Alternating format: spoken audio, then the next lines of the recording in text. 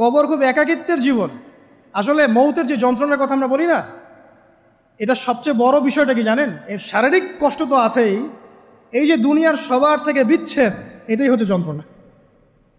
সবার থেকে বিচ্ছেদ না, সবার থেকে বিচ্ছেদ হয়ে চলে যেতে হয়, এটা সবচেয়ে বড় যন্ত্রণা। মানুষ একা থাকতে চায় না। জেলখানায় যে মানুষকে বন্দি করে রাখে না, ওই একাকিত্বের কষ্টে মানুষ ভোগে। একা একা, আমি একা, কেউ নেই আমার সাথে, এটাই।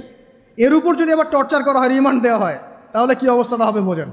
এই হলো কবর, এই হলো কবর। একটা ঘটনা বলে শেষ করে দেই, যে একজন ব্যক্তি মারা গেছেন, আর মুসা আলাইহিস সালামের সময় বানু ইসরাইলের কোনো এক নবী, আমি ঠিক নাম বলতে পারবো না যে কোন নবী, কারণ নামটা হাদিসে আসে নাই, কোনো একজন নবী আল্লাহর কাছে দোয়া করছেন, আল্লাহ মৃত মানুষের সাথে আমার একটু কথোপকথন করায় দাও।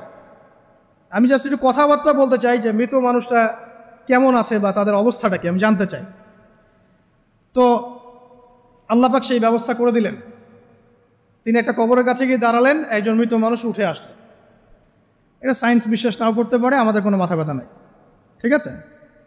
তো এবার তিনি তাকে জিজ্ঞাসা করছেন যে তুমি কেমন আছো, তুমি কেমন আছো, এই মুর্দাকে জিজ্ঞাসা করছেন। তিনি বলছেন যে আজকে থেকে প্রায় 500 বছর আগে আমার মৃত্যু হয়েছে। এই ব্যক্তি বলছেন আজকে থেকে প্রায় 500 বছর আগে আমার মৃত্যু হয়েছে, এখন পর্যন্ত আমার গা থেকে, আমার আত্মা থেকে মৌতের যন্ত্রণা দূর হয় নাই। লা ইলাহা ইল্লাল্লাহ। তো এই হচ্ছে অবস্থা। আমরা ব্যক্তিগত চিন্তাটা আগে করি, নিজের ফিকির, নিজের কবরের ফিকির, নিজের এলেম, নিজের আমল, নিজের পরিবার, নিজের রিজিক।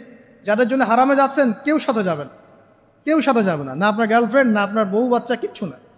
এগুলো তো শুধু মায়ার বাঁধন, মায়ার বাঁধন না, মায়ার বাঁধন। যদি এগুলো নেয়ামত হয় আলহামদুলিল্লাহ, যদি এগুলো দুনিয়াতে আপনার ফিতনা সৃষ্টি করে, আপনি আসহাবুল কাহফ হয়ে যান। কথা বুঝতে পারছেন না? এরপরে যদি সামর্থ্য হয়, আল্লাহ পাক আপনাকে জ্ঞান দেন, আপনাকে পলিটিক্যাল পদ দেন, ইকোনমিক সেকশনে জ্ঞান দেন, ইত্যাদি ইত্যাদি, আপনাকে আল্লাহ যে সেকশনে রাখবেন সেখান থেকে দিনের খেদমত করবেন, পারবেন না ইনশাল্লাহ? ডক্টর হয়েছেন, রোগীদের ফিস কমায় দেন, ট্রিটমেন্ট ইজি করে দেন। হ্যাঁ, ডক্টর হন, একজন ভালো ডক্টর হন, কসাই হন। ইঞ্জিনিয়ার হন, একজন সৎ ইঞ্জিনিয়ার হন, চোর হন। আপনি যেখানে থাকবেন সেখান থেকেই আপনি খেদমত করতে পারবেন। সবাইকে আলেম হতে হবে জরুরি না, সবাইকে দায়ী হতে হবে জরুরি না, এবং সবাই এটা হতেও পারবে না। এভাবে জাতি গঠন হয় না।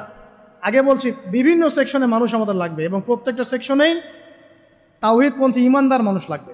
ইবলিস যখন আদম আলাইহিস সালাম এবং হাওয়া আলাইহিস সালাম তাদেরকে যখন জান্নাত থেকে বের করিয়ে দেয়, প্রলোভন দিয়েছিল, মিথ্যা প্রলোভন, যে হাল আদুল্লুকুম, হে আদম এবং হাওয়া, আমি কি তোমাদেরকে জানিয়ে দিব, আলা শাজারাতিল খুলদি ওয়া মুলকিন লা ইয়াবলা, হে আদম এবং হাওয়া, আমি কি তোমাদেরকে জানিয়ে দিব এমন একটা গাছের ব্যাপারে, যেই গাছের ফল খেলে পরে তোমরা চিরস্থায়ী হয়ে যাবে এবং কোনোদিন মরবে না। এই যে চিরস্থায়িত্বের টোপ আর অমরত্বের টোপ, এই দুইটা টোপ দিয়ে আমাদের পিতামাতাকে ইবলিস জান্নাত থেকে বের করে দিয়েছে। এখন পৃথিবীতে যত মানুষ পথভ্রষ্ট হচ্ছি আমরা, আমাদের এই দুইটা খাসলতের কারণে। আমরা অমরত্ব আশা করছি, আমাদের চলাফেরা দেখলে মনে হয় আমরা মরবো না, পরকালীন কনসেপ্ট বাদ। একটা হচ্ছে চিরস্থায়িত্বের টোপ, ক্ষমতা, এই যে ক্ষমতার দাপট, এই দুটো আমাদেরকে কিন্তু পথভ্রষ্ট করছে। ঠিক একই অস্ত্র ছিল ইবলিসের। সূরা আরাফ পড়ে দেখেন, আমি কোনো কিছু বানিয়ে বলছি না। তখন আল্লাহ পাক বললেন যে ইয়া বানি আদম, হে বনু আদম, আদমের সন্তান যারা আছো, আমাদেরকে আল্লাহ পাক বলছে তোমরা শোনো, লা ইয়াফতিনান্নাকুমুশ শাইতান, শয়তান যেন তোমাদেরকে ফিতনায় না ফেলতে পারে। কামা আখরাজা আবাওয়াইকুম মিনাল জান্নাহ, ঠিক যেমন করে তোমাদের পিতামাতাকে শয়তান জান্নাত থেকে বের করে দিয়েছে। যেহেতু আমাদের পিতা আর মাতাকে শয়তান জান্নাত থেকে বের করে দিয়েছে, আল্লাহ পাক এই আদমের সন্তানদেরকে বলছেন তোমরা সতর্ক থেকো, তোমাদেরকে যেন শয়তান জান্নাত থেকে যেভাবে বের করেছিল তোমার পিতামাতাকে, এমন করতে না পারে। আর কি করতে না পারে? ইয়ানজিউ আনহুমা লিবাসাহুমা লিউরিয়াহুমা মিন সাওয়াতিহিমা, পড়ে দেখেন সূরা আরাফ। আল্লাহ বলছেন, মনে রেখো আদমের সন্তানরা, ইবলিস কিন্তু শুধু তোমার পিতামাতাকে জান্নাত থেকে বের করেই দেয় নাই, বরং গাছের কাছে নিয়ে গিয়েছিল, ফল খাওয়ার সাথে সাথেই তাদের গায়ের পোশাক খুলে পড়ে গিয়েছে।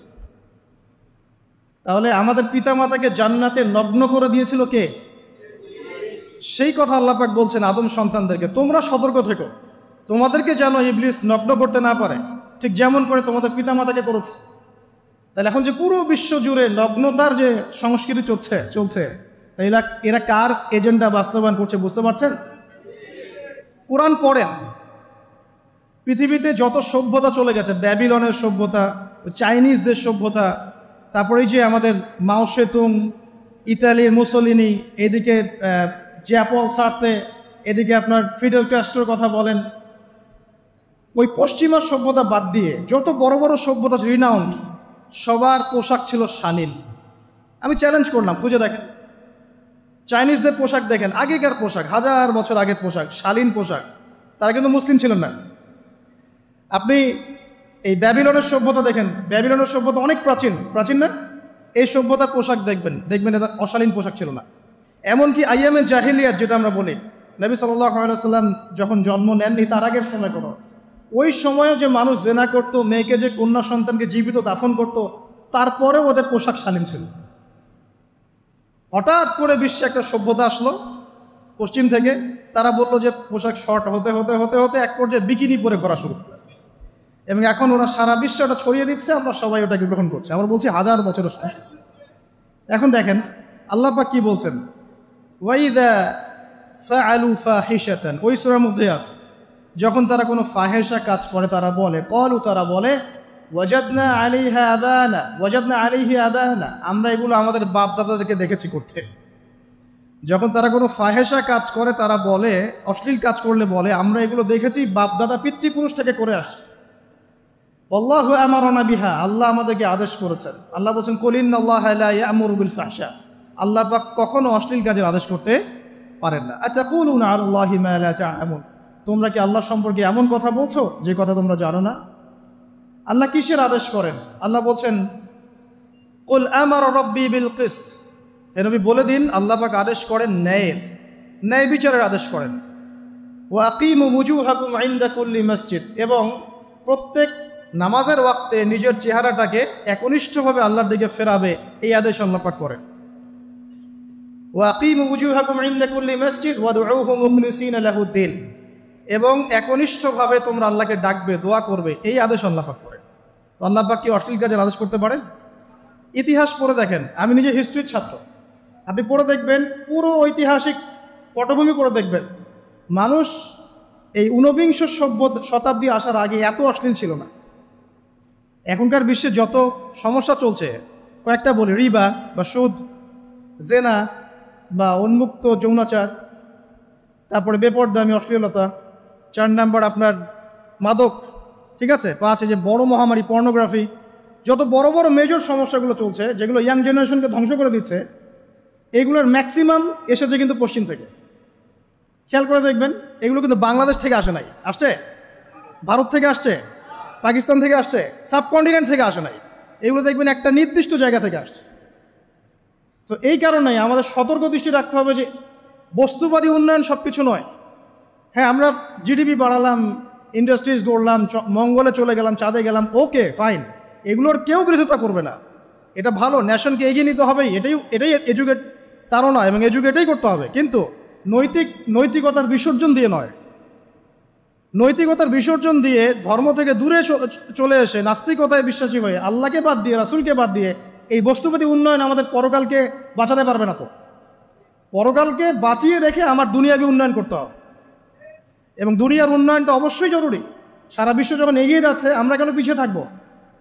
আমি তো এটাও বলি যে এটা অনেক মাদ্রাসার লাইনে যারা আছেন তারা আমার সাথে একটু বিরোধিতা করেন এই বিষয়ে, কিন্তু আমি নিজেই বলি যে সিলেবাসের মধ্যে পরিবর্তন নিয়ে আসার চেষ্টা করতে হবে। শুধুমাত্র এককেন্দ্রিক শিক্ষায় কেন শিক্ষিত হব? এই যুগে চলার জন্য যে উপকারী জ্ঞানগুলো দরকার সেগুলো শিখতে হবে আমাদেরকে। আমাদের আইসিটির জ্ঞানের দরকার আছে, আমাদের ইংরেজির জ্ঞানের দরকার আছে, ম্যাথামেটিক্স দরকার আছে, সায়েন্সের দরকার আছে, আমাদের তথ্য প্রযুক্তি জানতে হবে, অর্থনীতির জ্ঞানের দরকার আছে, পলিটিক্যাল সায়েন্সের দরকার আছে, জিও পলিটিক্স দরকার আছে। এগুলো বাদ দিয়ে শুধু যদি আমি মুখস্থ করে যাই, এই জ্ঞানটা আমার কী কাজে দেবে আমাকে বলে? এই কথাটা অনেকে নেগেটিভলি নেয়, কিন্তু আমি আসলে তাদের ব্যাপারে তাদের সাথে তর্ক করতে চাই না। আমি আমার কনসেপ্ট লালন করি, আমি এতটুকুই বলছি।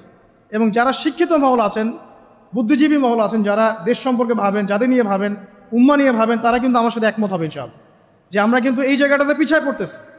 আল্লাহ পাক আমাদেরকে কনস্ট্রাকটিভ সিলেবাসে পড়াশোনা করার তৌফিক দান করুন, এবং জেনারেল লাইন থেকে আপনি বয়কট করে একদম ইয়াতে চলে আসতেছেন কেন? জেনারেল লাইনে পড়ছেন, পড়েন, আপনার এই জ্ঞানটাকে আপনি ইসলামের কল্যাণে কাজে লাগাতে পারবেন না? সবাইকে কি আলেম হতে হবে? সবাইকে মুফতি হবে, মুহাদ্দিস হবে? অর্থনীতিবিদের দরকার আছে না? পলিটিশিয়ানের দরকার আছে না? ডক্টর ইঞ্জিনিয়ার দরকার আছে না?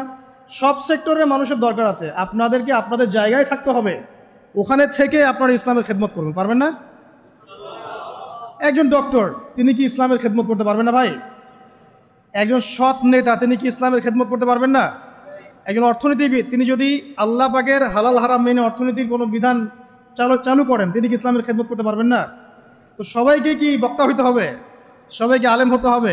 এক নির্দিষ্ট একটা শ্রেণীর মানুষ আলেম হবে, নির্দিষ্ট একটা শ্রেণীর মানুষ প্রশাসনে থাকবে, নির্দিষ্ট একটা শ্রেণীর মানুষ জনপ্রতিনিধি হবে, নির্দিষ্ট শ্রেণীর মানুষ ইকোনমিক সেক্টরে থাকবে। এইভাবে আমরা একটা জাতি গঠন করব, এবং সবাই হবে উভয় দিকে শিক্ষিত। একজন আর্মি অফিসার, তার উচিত হবে ইমামতি করার যোগ্যতা অর্জন করা।